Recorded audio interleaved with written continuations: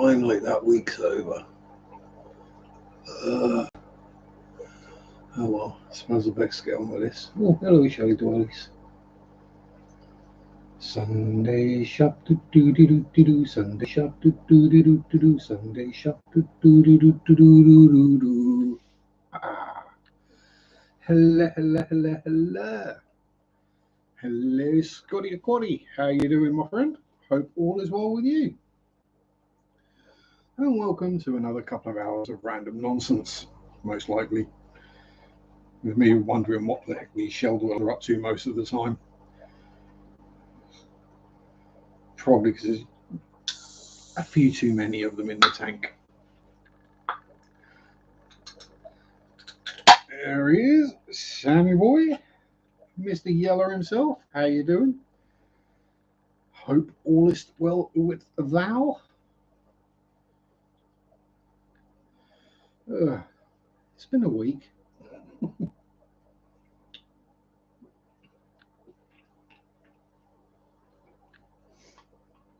Hello, Debs. So, usual, what we've been up to this week? Same old, mostly. Water changes, work, naps, chores.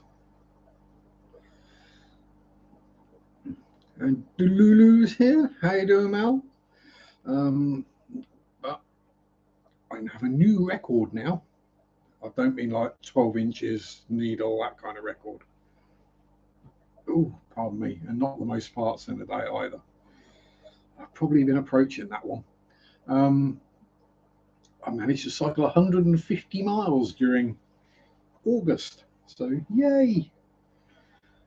How I suddenly lost 10 stone in weight. No. But there we go.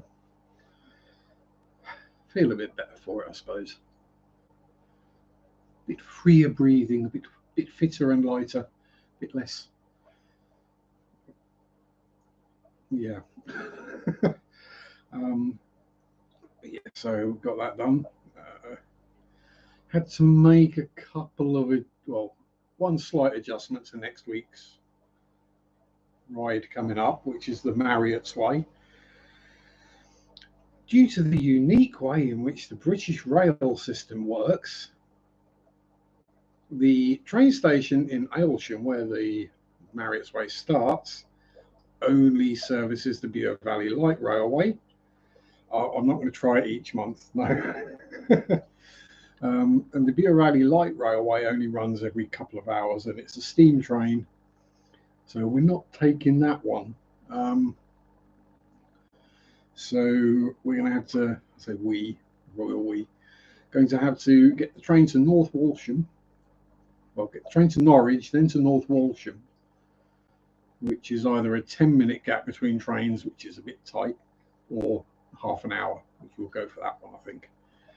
So yeah, it's just going to add another 7 miles to the ride, which brings it up to 50 miles. Yay! So I'll be going from, if you're at all remotely familiar with UK geography, it's North Walsham to Aylsham, following the Marriott's Way, which is the old train lines, pretty much halfway home, and then back around again and down to Norwich, and then cycle from Norwich back to Attleborough. I'm just trying to put a decent amount of miles on the legs, try and attain some fitness, so that hopefully by the time I attempt the Peddars Way next year, which is 50 miles in itself, just the Peddars Way, pardon me, and that's going to have to be at least a 2-dayer, probably a 2-dayer, unless I get super fit, leave at silly o'clock in the morning and ride into the night. It's 50 miles up to the North Norfolk coast, and then I've got to ride home again, obviously. So I'll be camping somewhere overnight in the wilds. Now, whether that's on the way up to the coast or on the way back from the coast remains to be seen, but I'll find a hedge or a little copse of trees or something somewhere to set up a tarpaulin.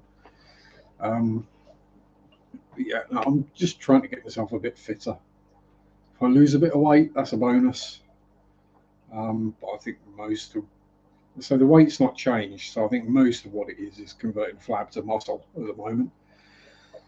But yes, so yes, 50 miles, and looking at the forecast next week, it's not going to be fun because it's going to be around about 30 degrees. So yay, with a headwind.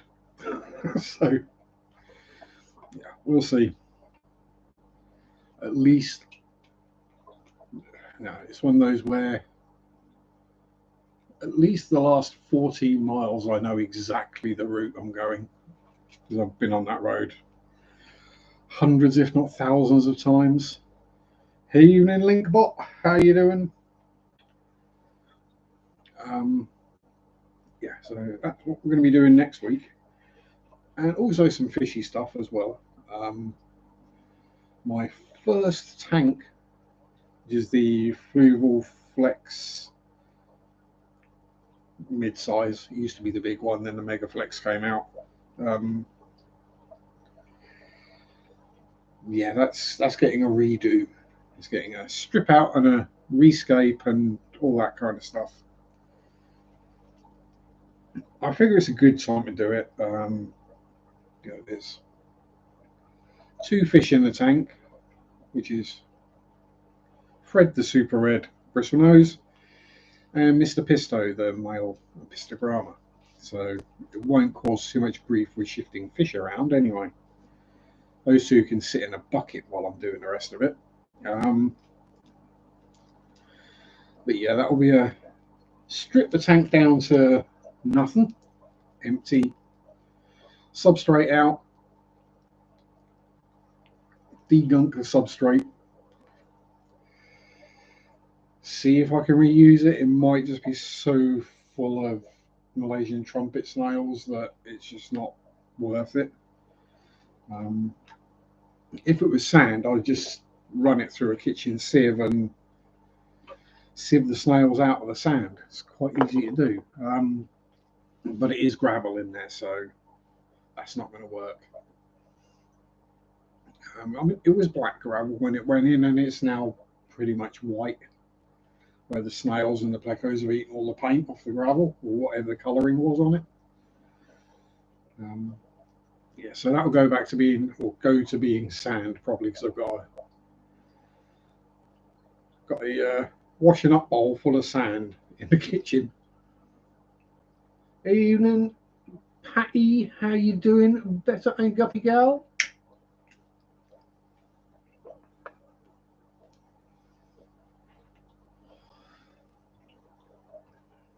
So yes, I will. I don't know whether I'll film the strip down of the tank, not myself, because no one wants to see that. I'll probably film the rescaping and sorting and yes, aquarium delirium is Mal, yes. Or Delulu, as I sometimes say.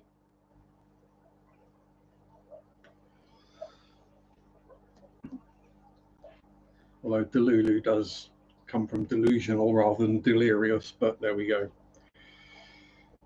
Yes. Mal's another one of those weird British fish keepers. That's why he fits in well here.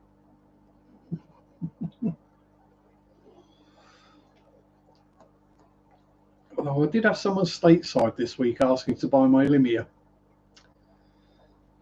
I'm guessing, I mean, does my accent sound remotely American? I get that I've got bad hair and I'm fat, so I probably look American, but I definitely don't sound it.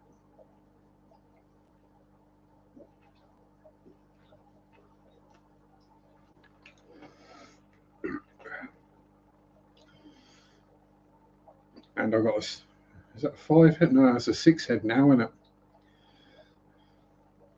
It's definitely not 4 head because that would be 4. Yeah, I've got a 6 head now.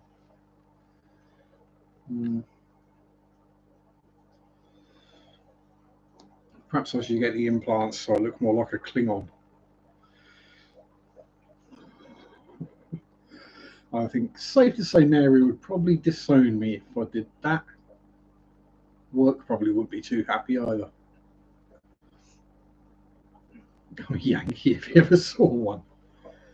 Well,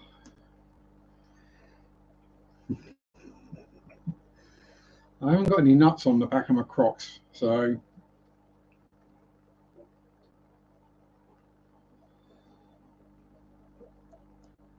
and I don't drive a pickup truck, so definitely not a Yankee.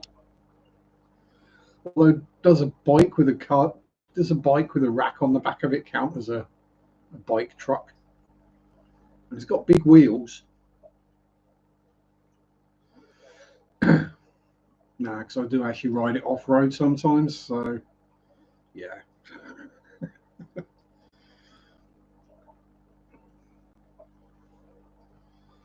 Actually, that's what little over half of next week's bike ride will be off road. I say off road.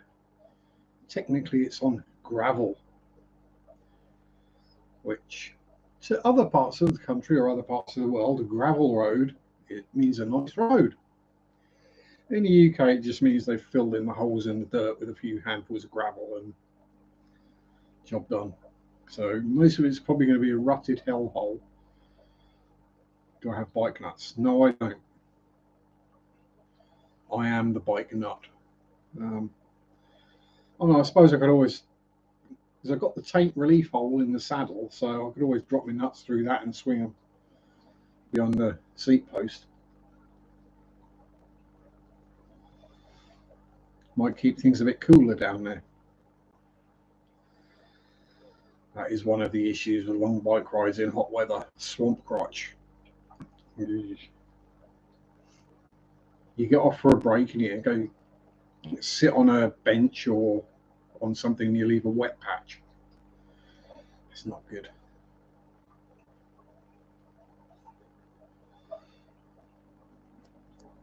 But yeah, so yes, apologies for no video this week, but there will be some next week. I'll probably film, as I say, the rescape of the Flex 15, probably in its entirety in one shot. Don't panic. This is me escaping the tank, so it's not going to take long. Stick the gravel in, stick the or put the substrate in, hardscape in, then replant it, then stick some water in it. Maybe 20 minutes. Yeah, literally.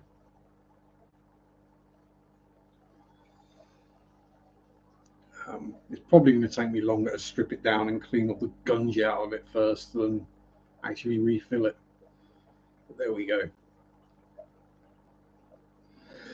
I might just order another bag of black sand off of Amazon while I'm at it. Pardon me. Just to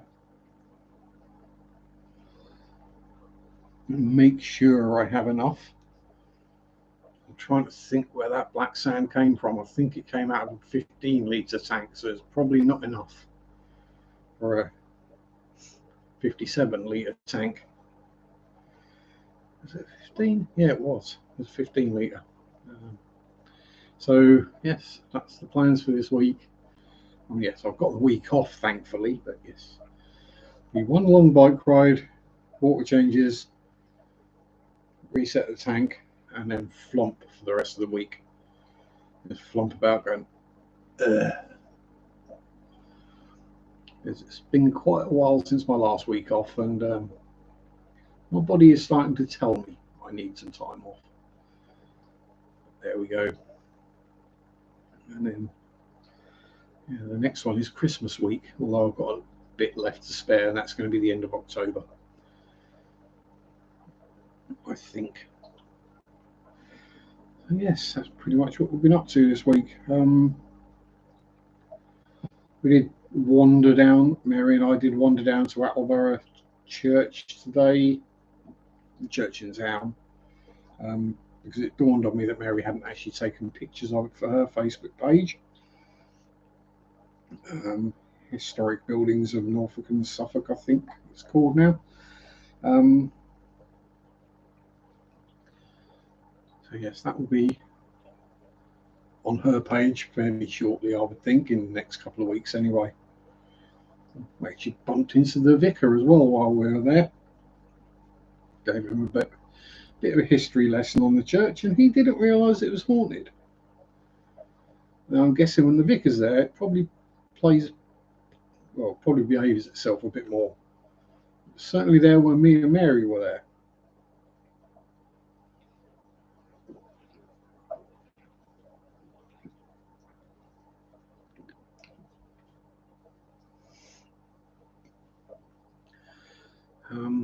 What other things? Thank you, Linkbot. Yes, don't forget the thumbs up. No, we're not going to sing the finger and thumb song. We'll get demonized for that one because it's rather perverse and wrong on many levels, like most of the different versions of songs I sing.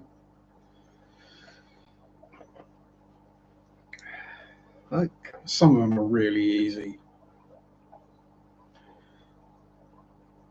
Nick Hayward's "I Won't Let the Sun Go Down on Me" turns into "I Won't Let Your Sun Go." Yeah. These are the versions I tend to sing when I'm at work, when they come on the radio.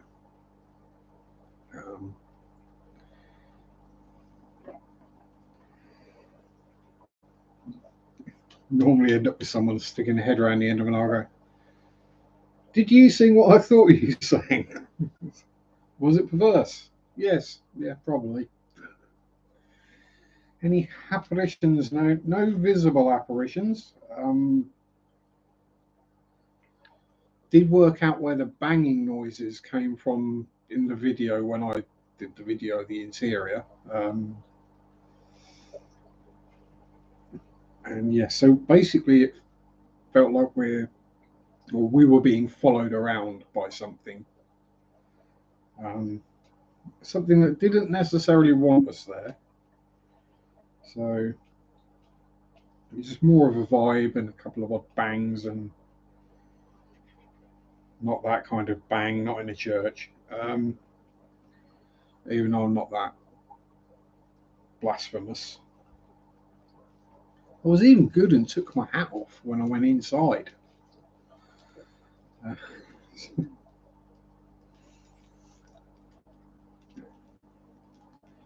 I did get to fuss a husky in the graveyard, and that doesn't happen every day, so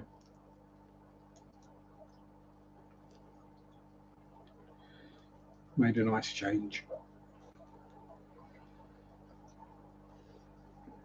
Yeah, so of all the churches that Mary and I have actually gone around in the last year or two, however long it is, it's only the second time we've actually encountered a vicar. And we're normally there on a Sunday as well, which is kind of, you'd expect them to be around. Oh, pardon me. Howdy, Scott. How you doing, Mr. Alien World Airsoft?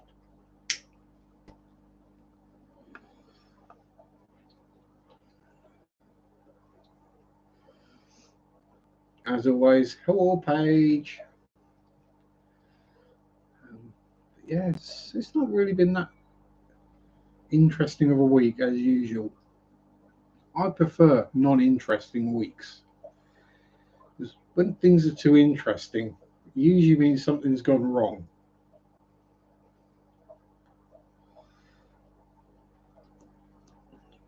A nice dull week where nothing overly interesting happens is a good week in my book. But it is the last week of the school summer holidays here. So Mary will be going back to work next week. It's the interesting weeks that put me in jail. Yeah, exactly. Just kind of bumping along. Oh, that's interesting. Oh, that's okay. We can deal with that. Don't want to have to pay too much attention to what's going on. Did I just see more baby shelly dwellies? I did. Oh dear. And it's all out. 1, 2, 3, 4, 5, 6, 7, 8, 9, 10, 11, 12, 13, 14, 15, 16, 17. Is 20 shell dwellers too many fish for a 15-gallon tank? Quite probably. Good job they're friendly. But yes. Blah, blah, blah, blah, blah, blah, blah. Anything else interesting happen in the news? Not really. So probably last week's news, but I don't know whether I talked about it. Lucy Letby, the child murdering nurse, which we are allowed to say now because she has been found guilty.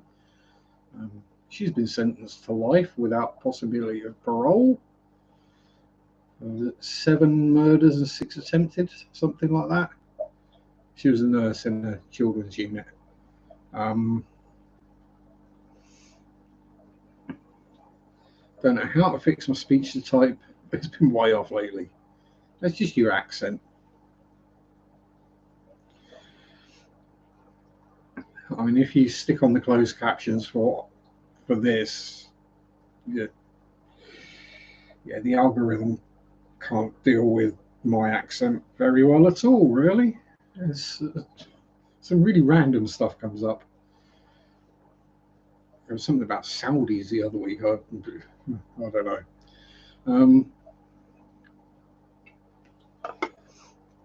And don't get me wrong, it's amazing that with computers these days it can do it on the fly, as it were, rather than someone having to sit there and type it all out for each TV show.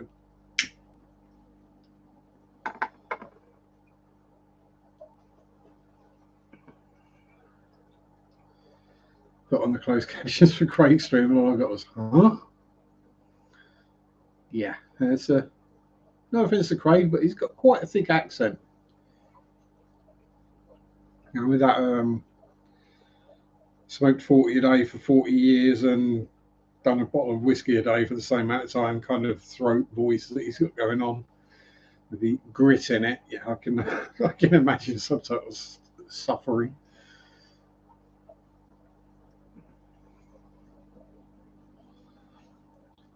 Arr, you do have that pirate voice going on. Unfortunately, I'm really bad at that. Even worse when I've got a lung full of smoke.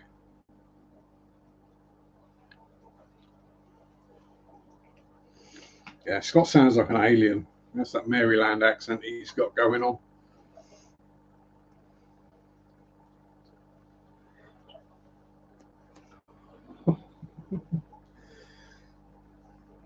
He just mumbles because he doesn't have his teeth in.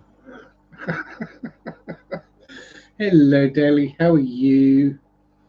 Oh, big hug. I saw your facey bookie post about stuffs, so big hugs.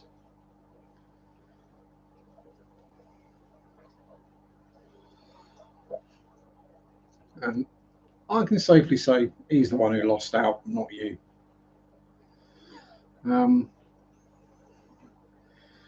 Yeah, I think it's just I'm so used to listening to various different accents on YouTube and from Google Hangouts and TV and movies and all sorts of stuff that I can generally pick most accents out okay. Crazy Australian boomhauer. Boomhauer or Kenny, one or the other. But yeah, Boomhauer is probably more like it.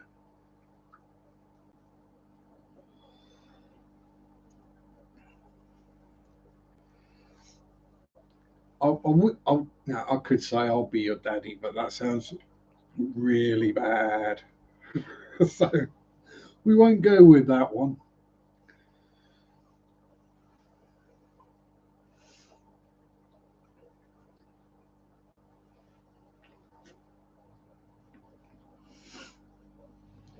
As someone far more Someone far better than me once said, any man can be a father, but it takes a special man to be a dad. So yeah, that's the way I'd choose to look at it. I have a mother and a father, and a foster mother and a foster father. If Boomer and Kenny had an Australian love child, Craig would be it. That he would. And the thing is, Craig probably wouldn't be too upset about us saying that, because he's an Aussie and he's got a good sense of humour. Don't know whether that was my knee or the chair making that noise. And I don't know which is more worrying. I mean, if it's a chair, it would be more funny for you lot when the chair collapses.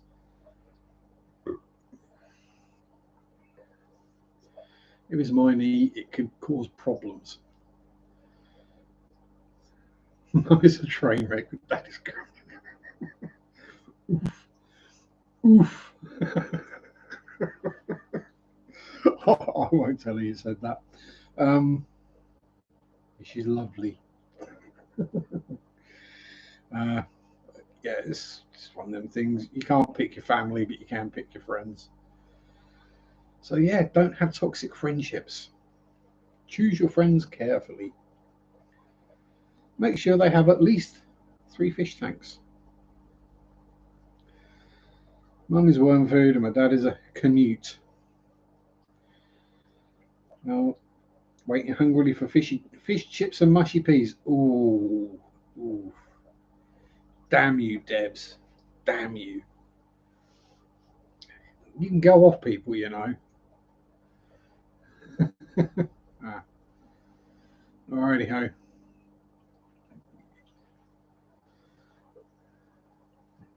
Remember, if your neck is a train wreck, yes.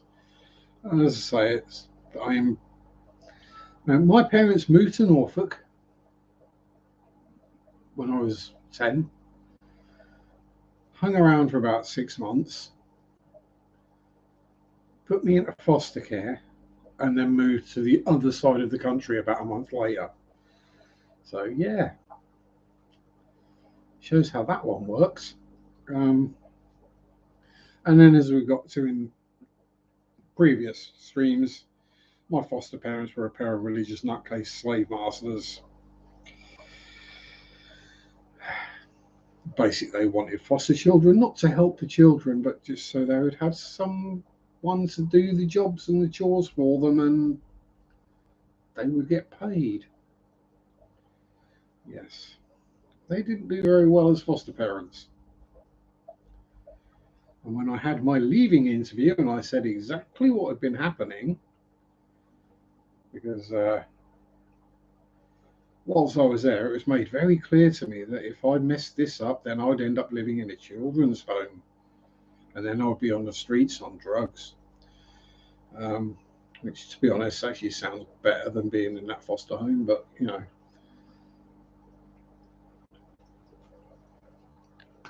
When I got out and there was no longer going to be any consequences for me telling the truth, I told the truth. And they didn't get any more foster children. I wonder why that might be. Actually, they did get one short term. And that really didn't work well because they were ultra Christian. And I think it might have been a bit of a test. Jokes my name on the street doing drugs anyway. Yeah, not at that age. Not quite. So they got sent a short-term placement just as I was leaving, which is a 6-week placement. But the young lad came from a Muslim background and was a devout Muslim. You can imagine how well that went down. Me, in those couple of weeks, maybe 3 weeks that I was there before I left, I tried to get to know him, tried to get to know about his religion and the various things about it. I mean, we're going back 30 years, so I can't remember.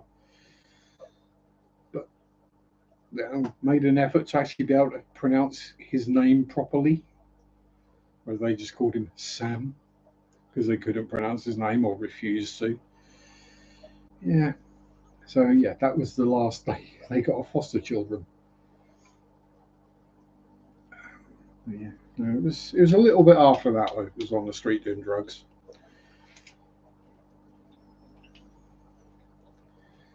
And now I've got the song from South Park the movie going through my head. Drugs are bad, okay. And then it automatically goes to the most classic three songs from that movie.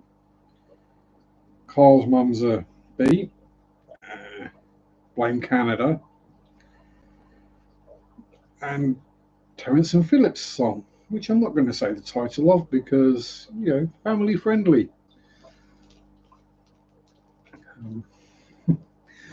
Although, when I was talking to the vicar today, I know it feels weird to say that. I said, I made a couple of videos on the church for my YouTube channel. So we go around and visit these old buildings, and sometimes I'll do a video on them. He was very interested, so there might be a vicar turn up in chat, everybody. I doubt it, but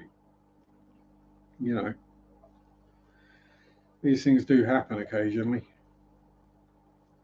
At least he didn't try and convert me or anything. He actually seemed a fairly cool dude, so.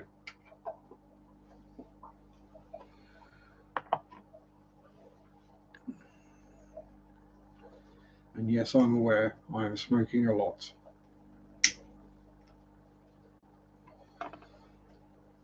Combination of heat and hunger. As we've said before, I don't do well in the heat.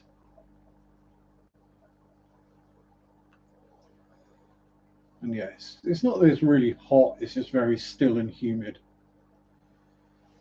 So, nasty weather.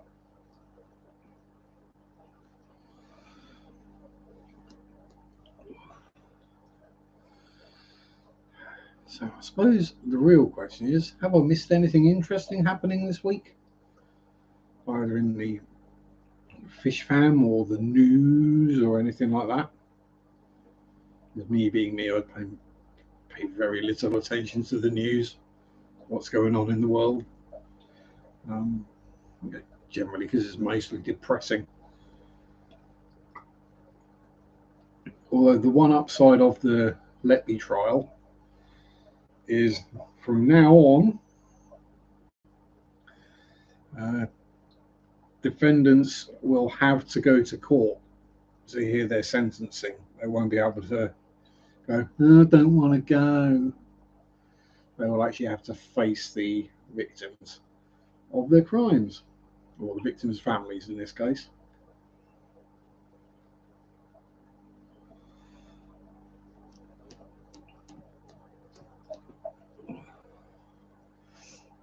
And I have been watching some rather amusing videos of entitled people getting their comeuppance. That's always fun. Lots of going to court wanting more and more child support, and then the judge finding in favour of the other side, and then they end up having to pay rather than getting money, which is always funny.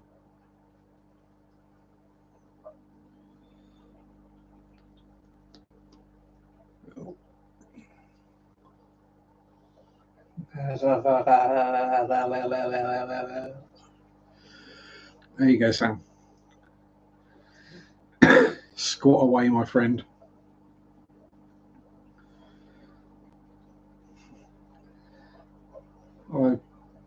I joke, I've actually been doing a few squats lately. Not quite like what you're probably doing. I've been doing the one-legged ones, just to try and get my knees a bit stronger. So you stand there, you hook one leg behind the other and squat on one leg. I find if I squat on both legs, then there's lots of wind that happens, and then my knees lock out and I get stuck.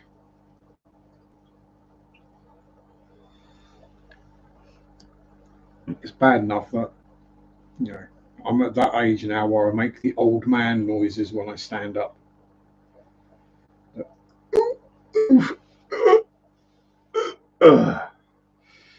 Crack, crunch, creak.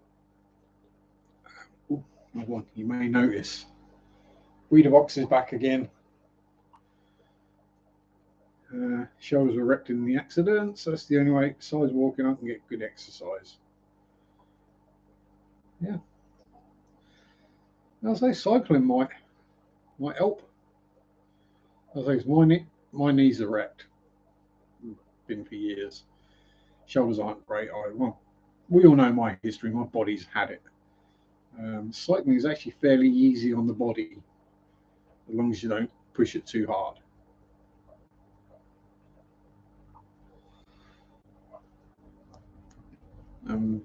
Heck, even my wrists have had it. No, not because of that. Wrists have had it from working in the chicken factory for too long. So carpal tunnel issues, ulnar nerve issues, and yeah, I find after maybe 10 miles I start getting tingles in my fingers. So that's why I take breaks fairly regularly, mostly just to get the feeling back in places that are going numb. Well, we've got more thumbs up than viewers, so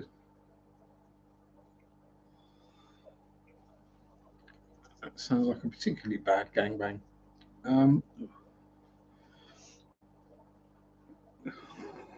That's a grim thought, isn't it? Try not to think about that. Now I'm thinking about, yeah. No. Well, what was I talking about before? Ah, yes. Cycling for fitness. So, yeah, it's pretty low impact on the joints and the body because running is now being found out, concrete or treadmills or tarmac will knacker your knees.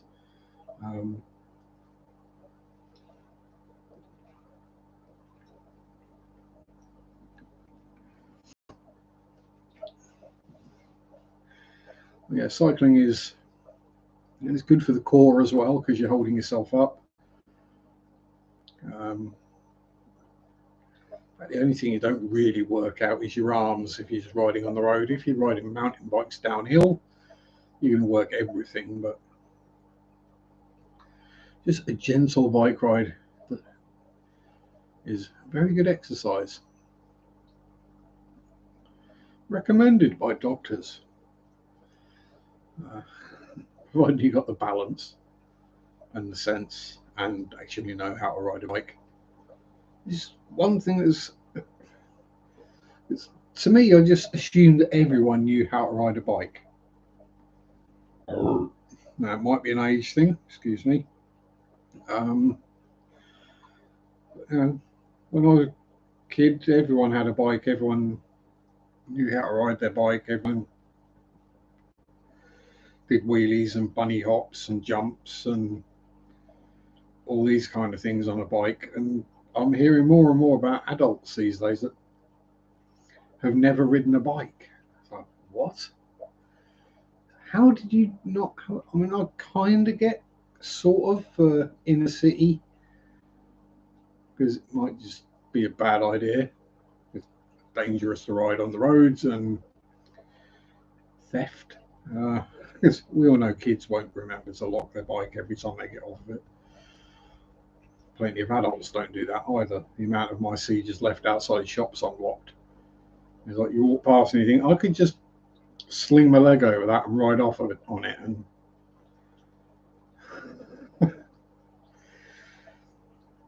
I don't, because I don't need that many bikes. I can only ride one at a time. So I only have one. Because I don't want a road bike and I don't want a mountain bike. Because one will kill my back and the other one, well, there's no point because I don't live anywhere near any mountains. So a hybrid is the best bet for me. Which is what I have. So yeah,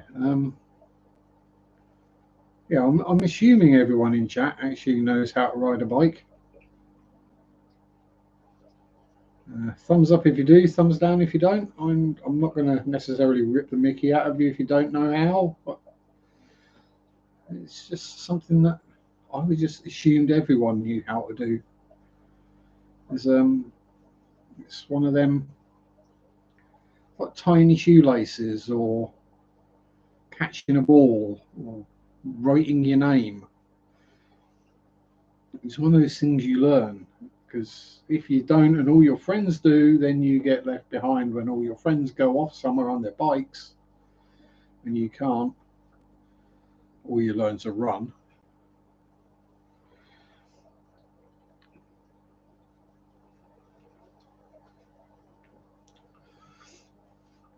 But yeah, it's one of those things. Yeah, Scott used to BMX racing, so did I. Still bear the scars. Um, I still got a gravel rash scar on my right hip from that. Yeah, back in the 80s, it's on the old Bummer X, or the Bummocks, as I used to call it. Um, and hell, the bike before well, I've got this bike. The bike before that was a mountain bike, and the bike before that was a BMX, and that was I bought that in late 90s, mid to late 90s. It was a freestyler, so 360 headset, stump pegs, street type tires. It was good fun. Uh, Definitely not something you want to be riding miles on, because tiny wheels, single gear, and really uncomfortable riding position. Be a great way to learn balance. Um, 5 more sets of 15. You're gonna have a butt that JLo will be proud of.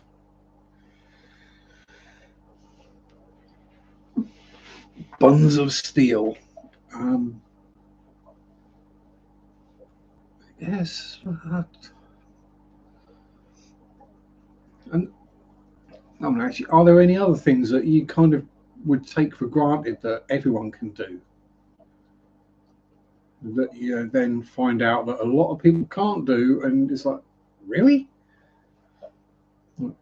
You don't know how to fry an egg? Or oh, yeah, that is another one, not frying, but boiling. Adults asking me how long it takes to boil an egg. Well, how do you want it? You boil the water, you drop the egg in, you time for 3 minutes if you want soft boiled, 7 minutes for hard boiled. You drive a car. Yeah. And I haven't got a license, but I can drive a car. Um, Probably downside better than a lot of the people on the roads do. And I at least know how the indicators or blinkers work and when to use them. Um, yeah, that's one thing I do wonder. Like, if people have been driving 20 years or so, or heck, even 5 years probably, they had to reset a test, same driving test that you need to pass to get your license. How many would fail it dismally? I mean, most would fail the written portion. It's UK driver's license, you have to pass the theory test before you can then even do your actual. I think, do you have to do the theory before the driving lessons? I think you do. Um, yeah, I think a lot of people would fail a driving test if they had to retake one. I probably would. Mind you, it has been 20 odd years since I drove. 26 years since I rode a motorcycle. Probably about 20 years since I last drove a car. Um, and then, God, probably 4 or 5 years now since I've, maybe more than that.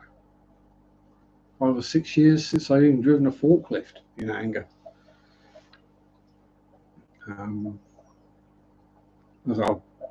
I've been places where a forklift needed to be moved and there was no one there with a forklift license. Where one of my friends used to work, for example. I would, for some reason, happen to be there, and the lorry turned up, and it was like, oh, there's no one to unload it. And I'm like, I've got a forklift license. It's just a standard gas truck. Yeah, I can drive that. That's not a problem. Oh, are you sure? Yeah, it's all right. Like, where do you want the pallet? Oh, no, you drop it there. Well, the truck goes through the door because I had to drive out of the door to get the pallet off the truck. Where do you want me to put the pallet? I can put it. Oh, the guy normally just drops it by the door and then we bring it in. Really? So I literally put it straight into the racking where it was going to go. And they were all amazed. Like, dude, I do this for a living.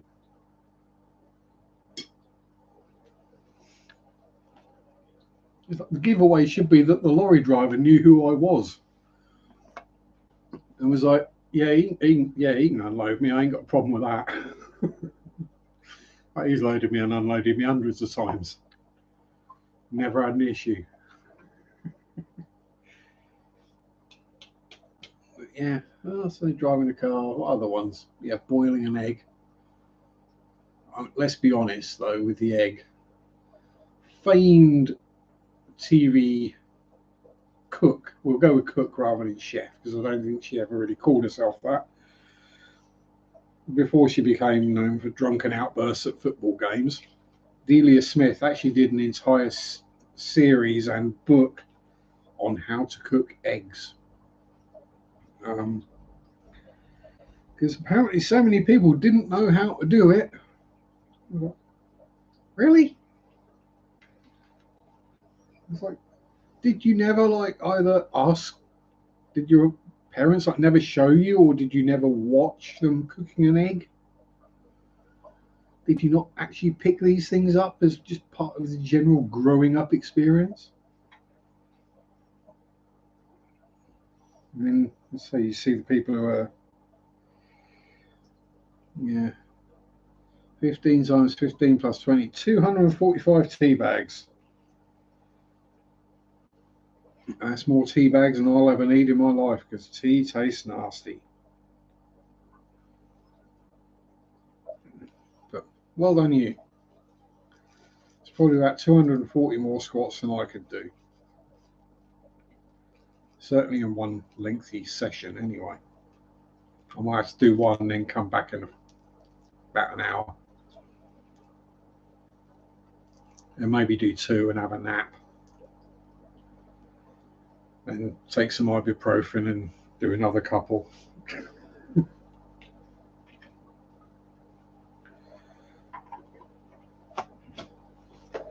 Dagnabbit. I keep rolling ciggies, but I've got like 3 half ciggies in the ashtray.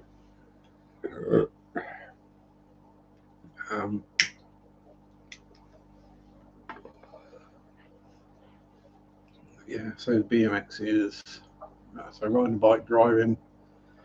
It does seem there's a lot of what probably people around about my age or older or would class as just basic things that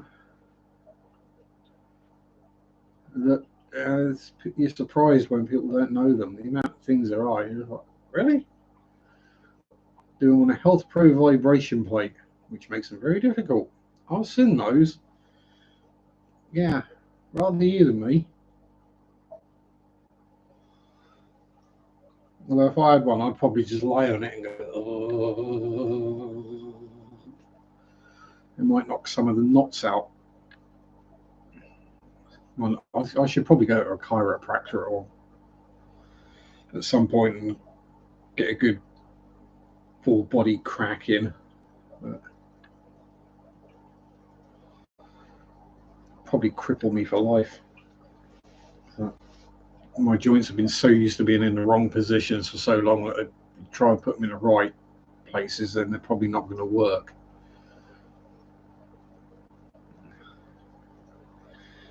Do you mind? You're supposed to do your breedies inside the shells, not on the outside of them.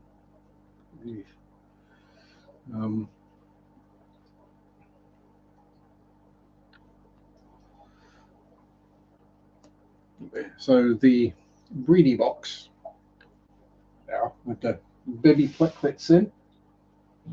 Oh, pardon me, and another bevy that's escaped from the previous batch. That's somehow managed to find its way up there. I mistimed taking them out of the cave. I was like, right, the 5 days are up, pull them out of the cave, decave Spotty, the adult, then get all the wrigglers into the breeder box. Yeah. Well, Spotty came out of the cave, and I was like, well, it's 5 days, but they're still eggs. So we scrape the egg bundle out, pop it into the breeder box, go sit down for a bit, come wandering past about an hour later, and I'm like, hang on, there's a whole bunch of plecklets swimming around in there. So I mistimed it by less than an hour. We went from a clump of eggs into a cloud of teeny tiny plecklets. Yeah, it was quite an impressive thing to see. I mean, the thing that I'm getting my timing down that close, plecos giving birth or hatching, is kind of scary. It's like I'm the pleco whisperer or something.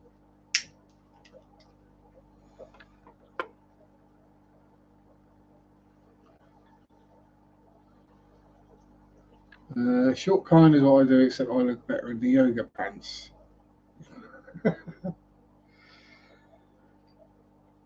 I'm not going to click on a video of someone in yoga pants. Not right now. Maybe later. I don't want to get accused of being one of those creepy men in the gym that stares at women. Glance in the general direction. Oh, he's creepy. He's making me feel so uncomfortable. Glanced once for a split second.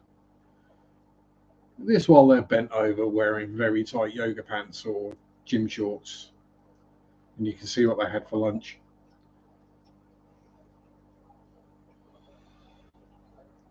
If you don't want people looking, don't wear clothes that reveal stuff. I mean, if I wore skin tight clothing, I would expect that I would probably get looked at. Not in the same way. Like, oh my God. Kind of way, but yeah, people would still look. It's human nature. There's a difference between and carrying on with your business and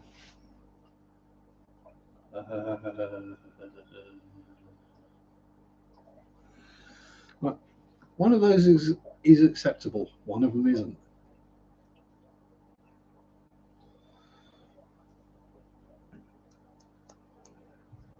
Although one of them was hilarious.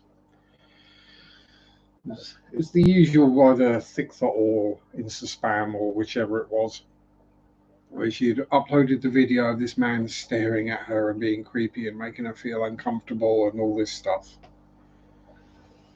Turns out she's an OnlyFans model. Let that sink in. The only reason she was upset is because she wasn't getting paid to be looked at.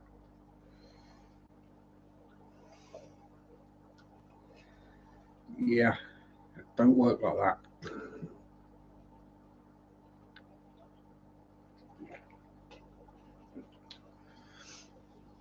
But then I may just be old-fashioned.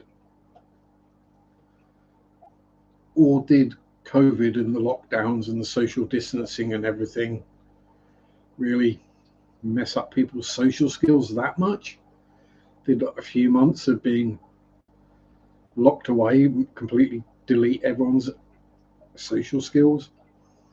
And yes, farce emoji. Oh, I did a cracker at work the other day. Well, there was a customer in the store as well, but I knew the customer. I've known him for years. He knows I fart a lot, so it wasn't an issue that the customer was going to get upset or offended. But yes, my co-worker was, yes, cracking up laughing. He's like, "There's a customer." I'm like, "Yeah, it's just a fart, dude. We'll do them." Social distancing before was a thing. Yeah, well, that was my go-to, was that, I spent the previous 9 months before lockdown in lockdown. I was out of work, so I was staying at home, trying not to spend much money, seeing how long I could stay at home not spending much money before I had to get a job. Turned out it was about 9 months. And then literally 3 days before everyone got locked down and everyone got paid to stay at home, I got a new job where I ended up working about double the amount of hours I was meant to for the first couple of months. I mean, I shouldn't really complain because it did help get me out of a bit of a financial hole, but I was supposed to be doing 20-hour weeks, and I was ended up doing like 44-hour weeks and not having a day off for like 2 weeks.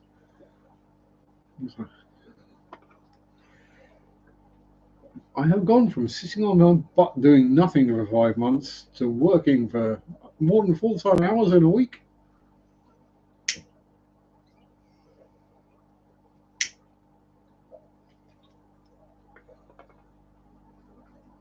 Yeah. So obviously I went in jail, but yeah. Oh, I don't know how I'm going to cope with being at home and having all the modern amenities and having TV and internet and home delivery services, and whoa, I cannot go to the pub and get wasted. Yes, it was just everyone staying at home and getting drunk instead. And then as soon as the pubs reopened, it was like everyone just like, woof, straight to the pub. Really? Haven't the last few months taught you don't really need to do that? I think the biggest problem for most people was just being trapped in the house with their family. So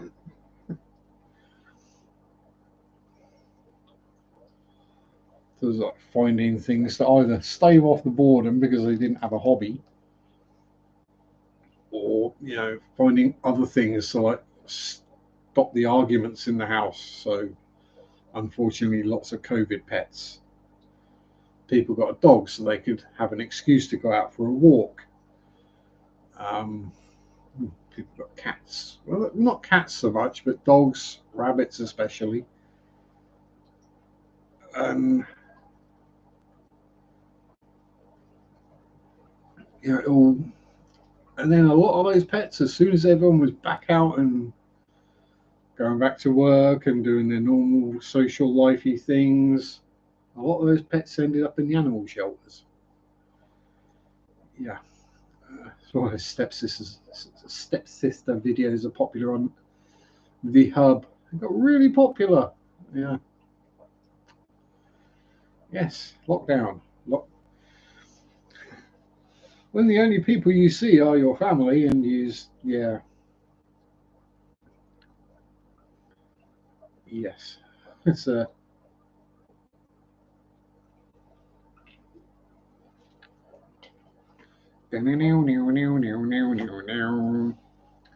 Sweet home Alabama.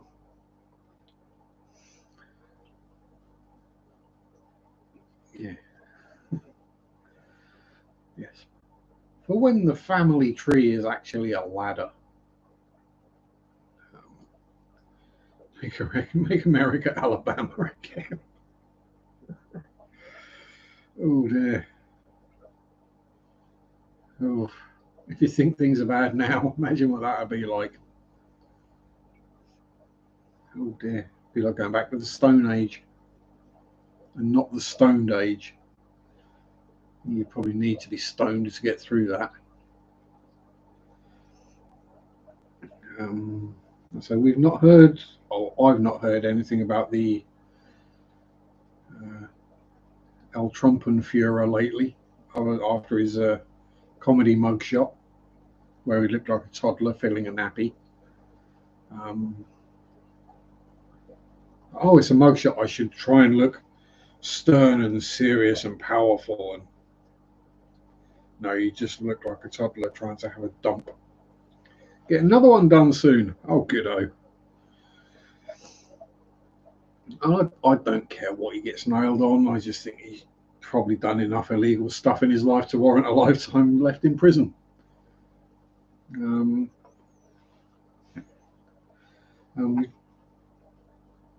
not. I've not noticed or heard anything about his wifey, whether she's been up to anything or whether she's being sensible and keeping her head down. Carefully reading through the prenup, see if there's anything about if he goes to jail, what happens. And does that qualify as violating said prenup? You know there's one in place. Probably more to protect her money than his, but you know.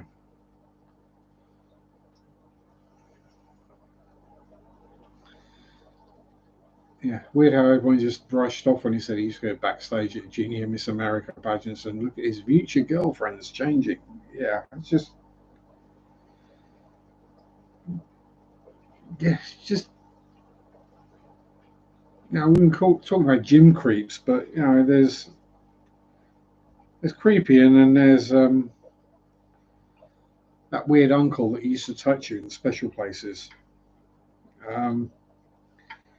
As the joke goes, was it a Jim Jeffries joke, I believe?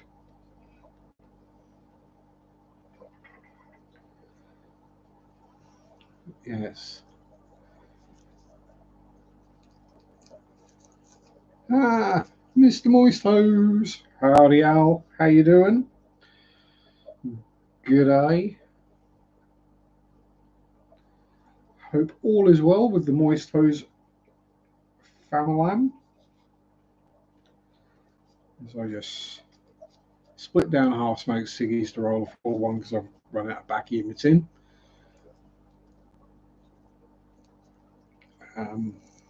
Not that I'm tight or anything, but hey, everything costs more these days.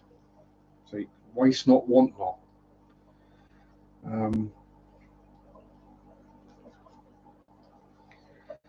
Oh, yeah, there was a good one locally this week.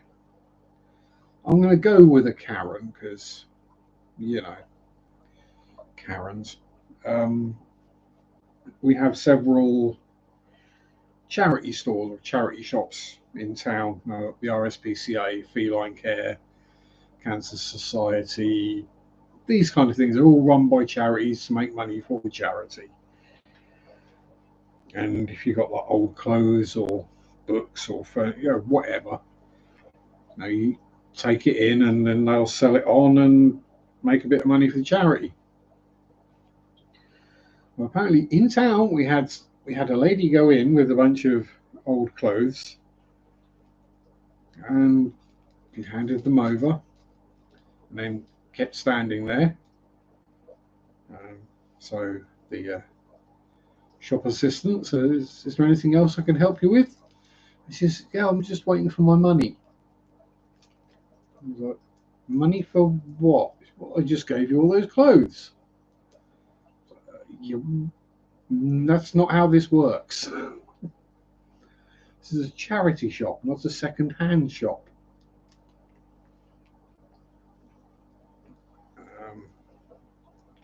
So yes, she stormed out in a huff, apparently.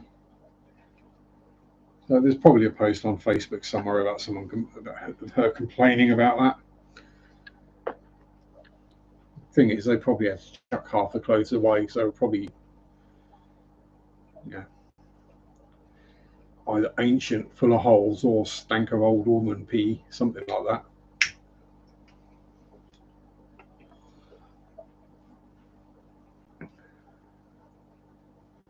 So no, know, that's what eBay's for these days. If you've got old stuff you want to sell, you stick it on eBay or Facebook Marketplace or something like that. On the second-hand stores or thrift stores, you don't really see them around anymore. We still got the odd second-hand bookshop. You don't really see the second-hand tap shops. I've been taken over by all the charity shops. I'm not saying that's a bad thing, because it's not. It just means that you can't get any money for your old stuff. Well, I mean, electronic stuff you can take to CEX, or as they insist on calling it, sex. So, no. But again, you'll get pennies for it. It's like the people who used to go trade in a computer game about a year after it came out because they wanted the new one. And one, I think, got all upset when they only got like a $5 for it. Howdy, Ricky. John living in a posh part of town. Thrift shops and pawn shops everywhere around here.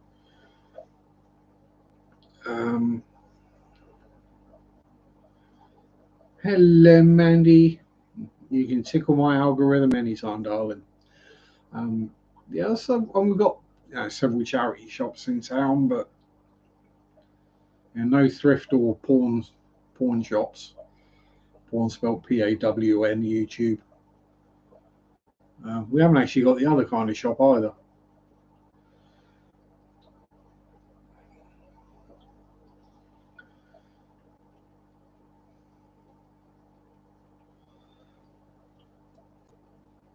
No, most of the shops in Attleborough, to be fair, it's estate agent, hairdresser, charity shop, chippy, estate agent, hairdresser, charity shop, chippy, convenience store, bakery, estate agent, charity shop, chippy. I don't know, Rick. I just stuck a towel on my head and pretended to pray. So possibly a nun. I was just being silly.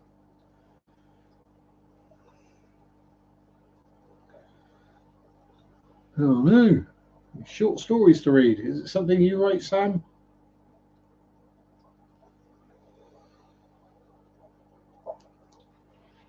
Or is it just something super pervy you found on the internet?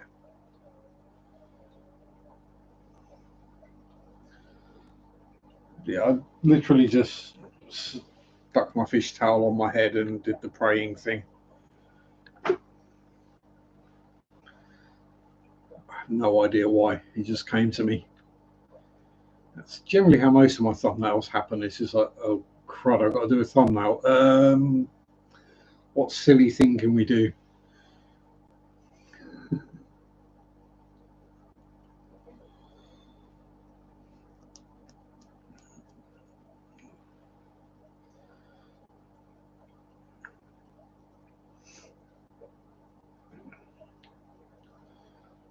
Andy Weir. The guy that wrote The Martian, didn't he? If I remember rightly. So yes, a decent writer.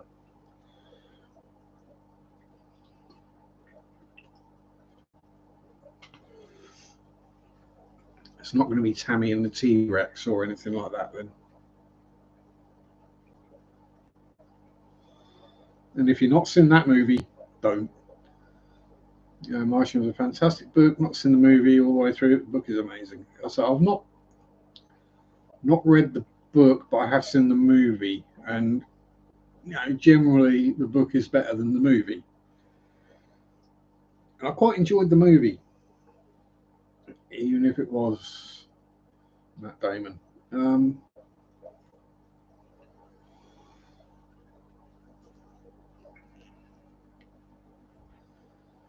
I mean, okay, technically not everything was necessarily correct about the way things were done, but it's a sci-fi movie.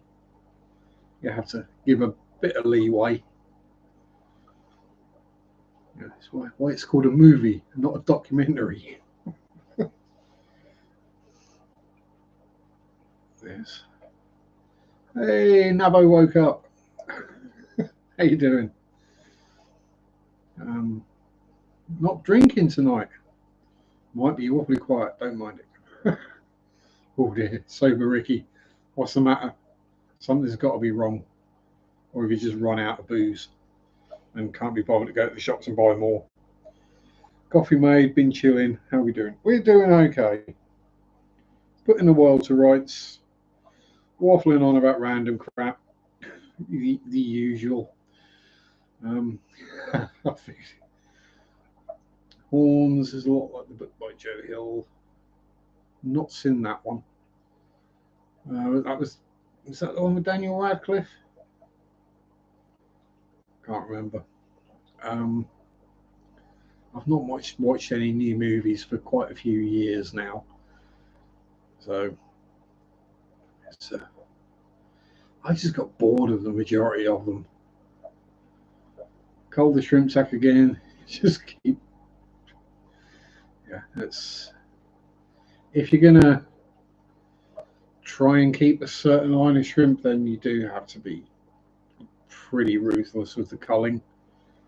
Um, what I tend to just mine is a Skittles tank. There's all sorts in there. I say is both of them are now. Um, so I try and catch the worse shrimp for selling and try and keep the better ones, as it were, for myself. But it doesn't always happen that way when you're in a rush to catch 50 of them. You just catch 50. The definite one I try to avoid is the big pregnant females. Um, all the big females just full stop is like, nope, we're not getting rid of you. You're staying. Actually, yes. How do you handle shrimp that seem off? Do you have a minimum size for you got this amount of time or else? I I just don't really pay that much attention. I can't see most of them most of the time anyway because of the plants and the rocks and the wood and everything that's in there. So yeah, it'll just be swell the neck, get a bunch of shrimp, go. Yeah, they're all good. Yeah, they're okay. They can go. There's no real rhyme nor reason or special way of doing it. Um, you know, I'm running a business, as it were. So now I get paid the same whether it's a clear shrimp, a brown shrimp, a blue shrimp, a red shrimp, a yellow one, an orange one, a bicolor, a tricolor. Um, yeah, I've maybe not at the moment, but I have had some really interesting shrimp colorations. I've had, I mean, just completely by accident, I've had green jade show up. I've had yellows, oranges, uh, white-eyed ones where the front half has been one color, the back half has been another color, red, white, and blue ones. Shrimp's easy to breed and low maintenance. It's easy money. It is, exactly. Um, Not quite so much at the moment, but during the COVID lockdowns, when things were getting very tight about getting things into the country, shipping was restricted, so imports weren't really happening that much. Yeah, I was making quite a bit of money out of shrimp and bristlenoses, to be fair. Um, but now it's the exact opposite, where the cost of living has gone through the roof and inflation's through the roof, and people can't afford to buy a fish tank just because it looks nice. And then the cost of energy as well. People look at it and go, well, we're going to have a heater in there, a light, a filter that's running all the time. It's going to cost quite a lot to run. Well, it doesn't, let's be honest.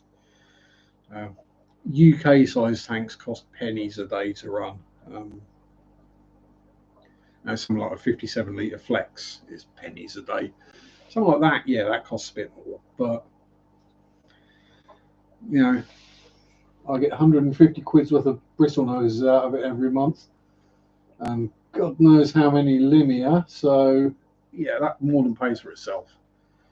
Some had a clear belly, sort of like they laid on top of rubbed off. I was looking like red tiger pattern. You got Bloody Marys. Yeah, I mean, if you've got different patterns showing up, it might be an idea to start a second colony of, say, the red tiger patterns and see what comes of those. But you will eventually find you're getting wild type come back again. But I always revert to the wild type eventually.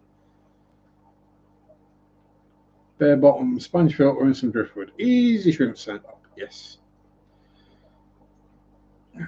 Thank you very much, Sammy Boy, for 13 months as a Zach friend.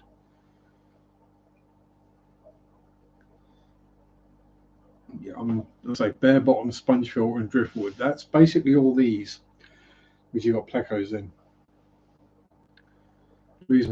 I'll lose my mind with joy when I get some more types. Yeah, I've got hundreds. Yeah, but you do get some really interesting patterns on the wild types. They might not be red or blue or some cool color, but they do have interesting patterns on them. And you know what? They're rather well camouflaged, so they tend not to get eaten by the other fish that are in the tank. And yes, I know you can't keep fish with shrimp because they'll eat the babies and that. They'll eat the dumb babies that get caught. That's what they'll do. The ones with a bit of nonce about them, nous about them, bit of brain, they'll stay hidden until they're big enough not to be eaten.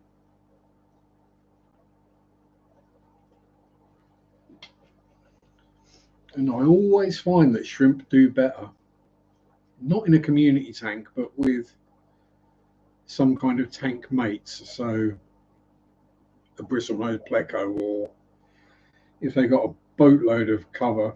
I had a thriving colony in a tank with 3 butterfly cichlids and a bunch of Danios. Are the glow lights? Not the glow light, Danio. What are the glow lights? Yeah.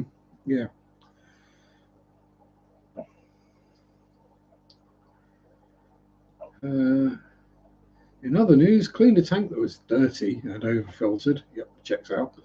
Mechanically, filtration sucked. 4 gravel wax later, might need to do another one just to get it looking clean. Yeah. Can't remember the last time I gravel vacked any tank. Closest I get to gravel vacking is depoopifying the shrimpy or the plecky tanks, because if you leave those a few weeks, then you get a nice thick layer of pleco and shrimp poop on the bottom. Yeah, I say if the poop settles on the bottom, you have to have so much flow in the tank, all around the tank, to make sure all of it goes into the filter, that most of the fish probably don't like it too much. Clownplex are great to go with shrimp. I'm sure it's because the poop that the fish produce, the stuff that the shrimp want to eat, grows on the poop. So I'm sure it's something like that happening. It's a good symbiotic relationship. I mean, after years of saying you can't put fish in a shrimp tank, even Mark's shrimp tanks has now got bristle noses in his cherry shrimp tanks, and they're going from strength to strength. Whether it was he didn't believe me or he just thought, if there's people who are having success and they've got fish in the tank, I think he might, just gave it a go as an experiment, see what would happen, and Yes, now he's over on the shrimp and bristlenoses. But yay! I would say you can never have too many bristlenoses, but you can. I think the magic number is about 1,000. Any more than that is too many. Cories and shrimp. Yeah, I'll say the cories might nobble the occasional baby shrimp, but they're not actively hunting them. And the shrimp are pretty zoomy and can hide in really small spaces. So losing interest in animals. Oh dear, that's not good. Don't know why. Yeah, that's. I mean, speaking as someone who's had many hobbies over the years, um, it all depends on the hobby. But yeah, fingers crossed and touch wood.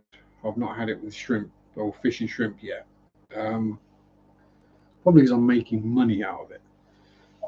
But yeah, I find that after X amount of years, however many it is, I start losing interest in whatever hobby it is. Because no matter how much we enjoy a hobby, there's always a downside to these things. Like going fishing. I love going fishing. Then you get the days where you don't really catch much, or it's freezing cold, and you're enjoying fishing. You're just not enjoying being sat there freezing your nuts off, or getting rained on, or wind blown, and so yeah, you got the downsides. Like with the modelling, it gets expensive. Nearly 26 years in this. Oof. I, I don't think I've maintained interest in living that long. Let's be honest. But yeah, we grow and change as people. So I do tend to find if I do something too much, then I lose interest. Because I was going fishing like literally every day I had off work. It'd be like, right, I've got these jobs to do, but if I get back from fishing by like 4 o'clock, then I can do those jobs. Um, and yeah, I'd be down the lake at first light. Um, I'd be coming. Some days I'd be leaving from fishing because I'd run out of bait. You know, caught dozens, if not hundreds, of fish already, and I'd be leaving, and people are just turning up, kind of thing. And so with the modelling, it might be a different tank or a different plane, but they all basically go together the same way. You get into a routine, and it's not really anything new each time. I mean, it might be a different kit you've not built before, which might have some slightly different fit issues or something like that. But you know, once you've filled the seam gap 300 times, it's no longer something different that you do or a skill that you're working on learning. It's now there's a gap filler. Let that dry while I do this. Oh, that's dry. Sand it back. Smear of thin filler. Let that dry. Sand it back. Finer grade. Finer grade. Polish. Polish. Polish. Yep, you can't see there's a seam there now. Um, and the painting and the weathering and you get used to all that. Racing RC cars, again, that just got ludicrously expensive and I couldn't afford to do it anymore. And then when I could afford to do it again, and I got into it, and then I was like, you know what, without the racing, I really don't enjoy just driving an RC car anymore. I get bored very quickly, just like driving one around, even with lots of jumps and stuff. It's like now I need to be racing. Do the work, need to get someone to drive me to go sell some livestock when the time comes. Ruined my neck this week too, super glue mishap. Oh dear. Yeah, I've basically got a bucket full of nets. It's one of those things where if I in the shop and generally if I go to a fish shop, I unless I'm like selling, I try and buy something, even if we just gone there just to have a look at a new shop or not been there a while. Let's see if anything's changed. I'll try and pick up either a pack of food or some sponges or some nets. Or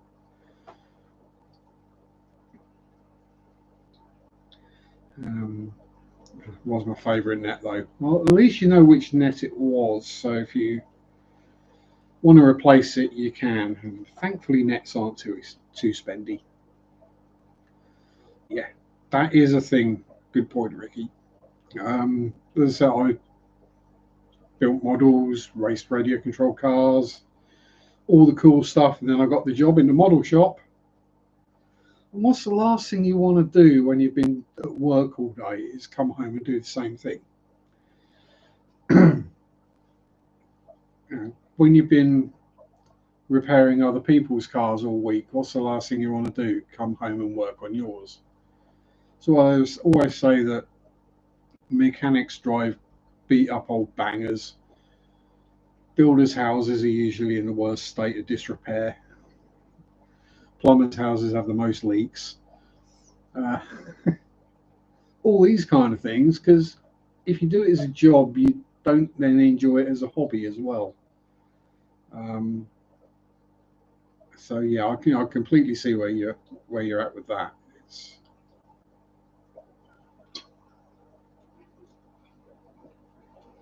I've seen it fairly regularly where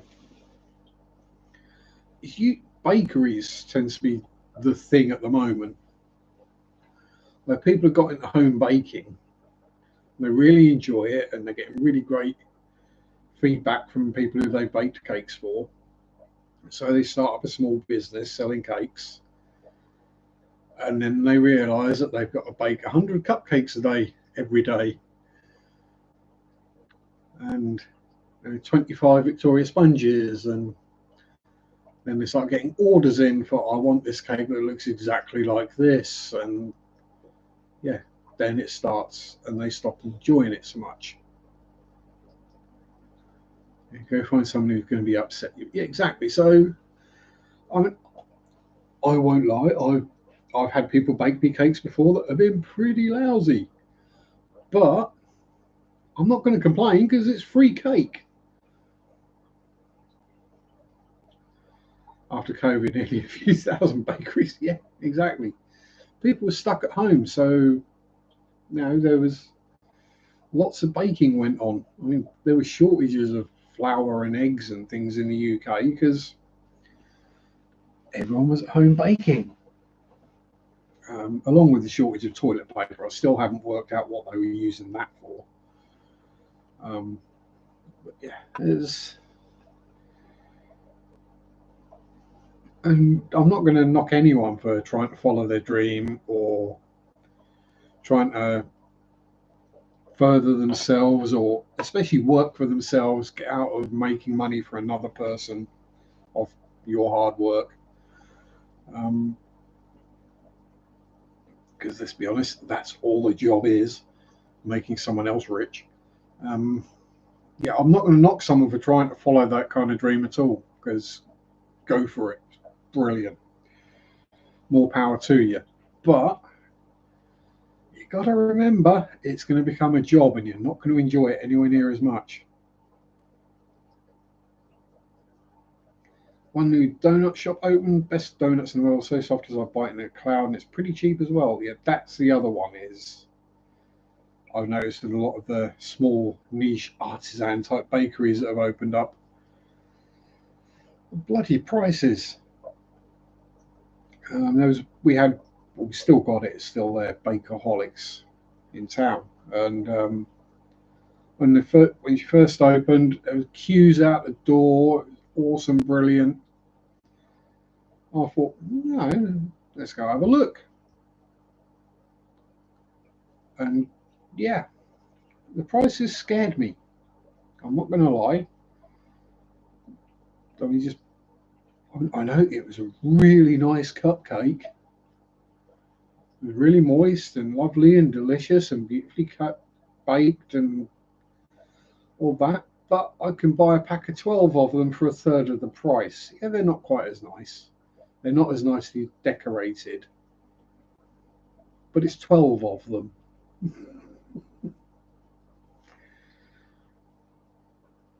Yeah, I'm in that kind of case, I'm a quantity over quality kind of person. 75 rupees for donuts and Dunkin' Donuts is 99. Oof. Actual question. What local business or shop would you donate supplies to if they're interested in having a tank for customers to enjoy? What would be one that could use a tank, so to speak? Oh, hi Don, how you doing? Um, Good question. The only ones that we really get in the UK are generally Indian or Chinese restaurants that have fish tanks in them, and they're usually horrible. Um, Fish shop wouldn't be great. Or say fish shop, fish and chip shop wouldn't be great because it'd be too hot.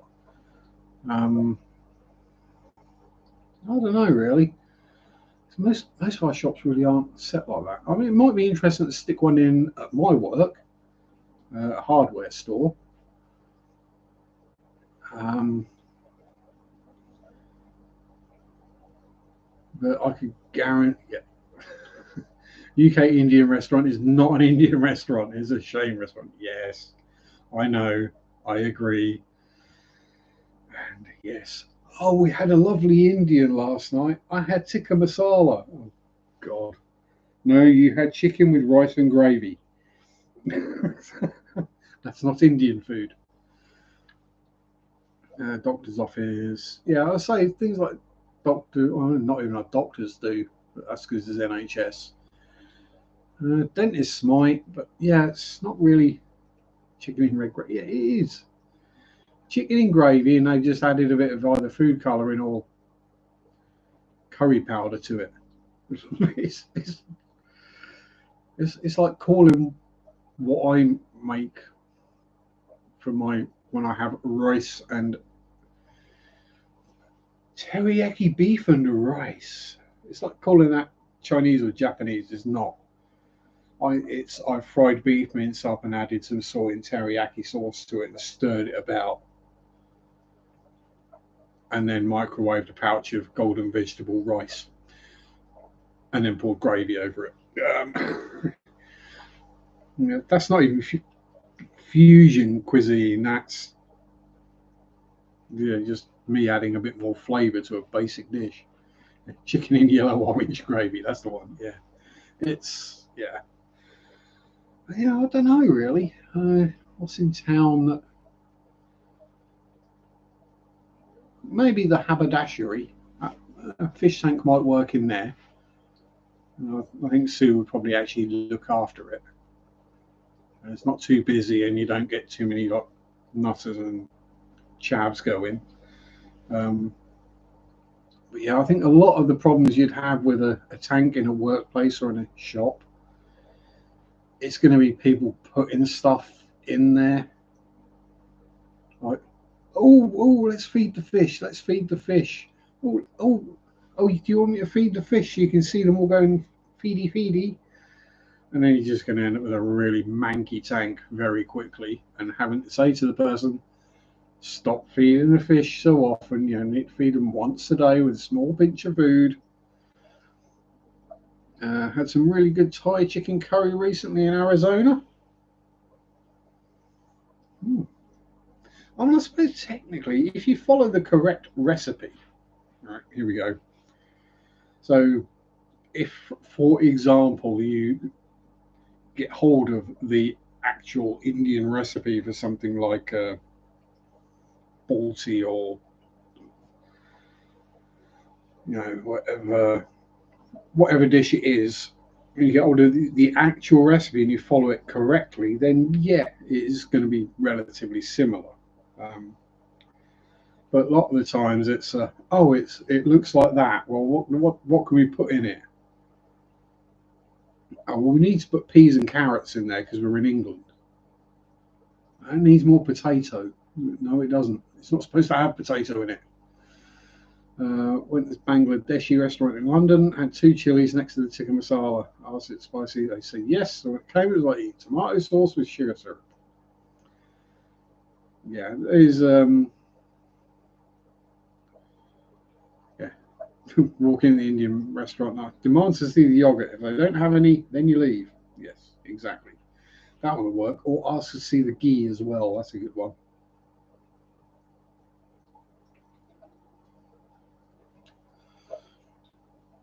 Um,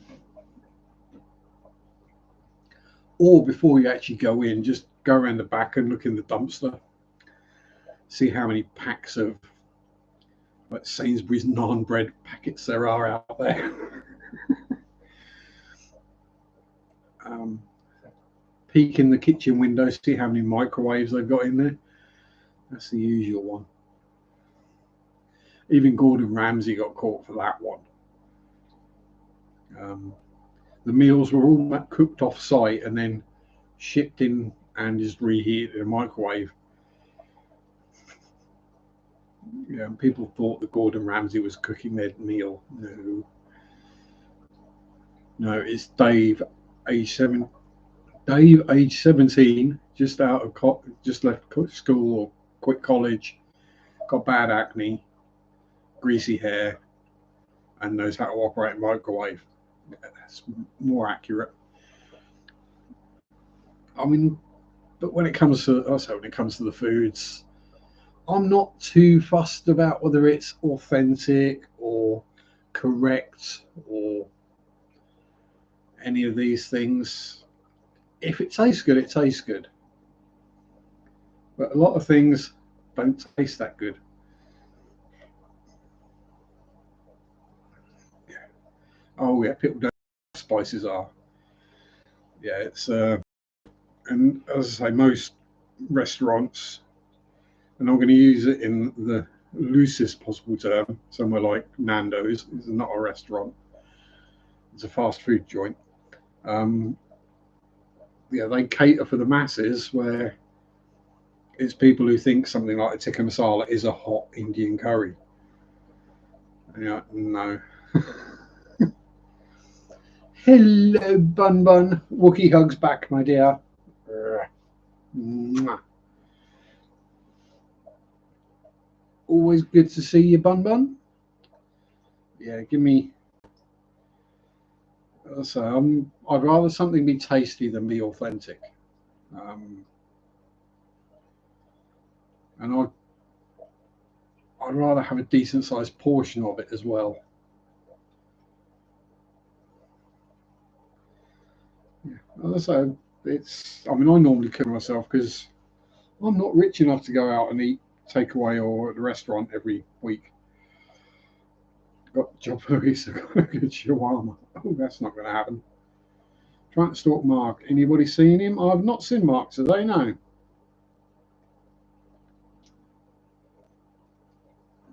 He might still be asleep. There is always that option.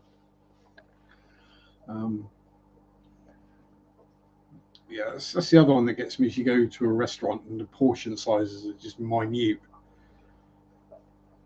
Now, I'm not asking for like heaped platefuls. You know, I don't want to eat out of a bucket, but I also don't want to leave the restaurant having paid a lot for a meal, by my standards, and then 2 hours later I'm starving hungry again because there wasn't anything to it. I don't want streaks and foams. I want, oh yeah, you eat a bucket full of good biryani. I think, yeah, most of us could do that. Um, yeah, so if he's off work, he's probably still snoring. Poor Mark. I don't blame him. Although, due to the unique way in which holidays have worked this year, the week I have off is the week Mary goes back, which means I've got to actually get up earlier on my week off. Never mind. It just means I'll get more done. Or I'll just go for a nap when we've done morning natter and Mary's gone for work. I'll just go, right, yeah. Wake up about 10, something like that. Yeah, food. Yeah, get a decent portion for a decent size, or a decent portion for a decent price that tastes good. That's the important thing to me. Oh, oh, yellow and bunny sitting in a tree. Yeah.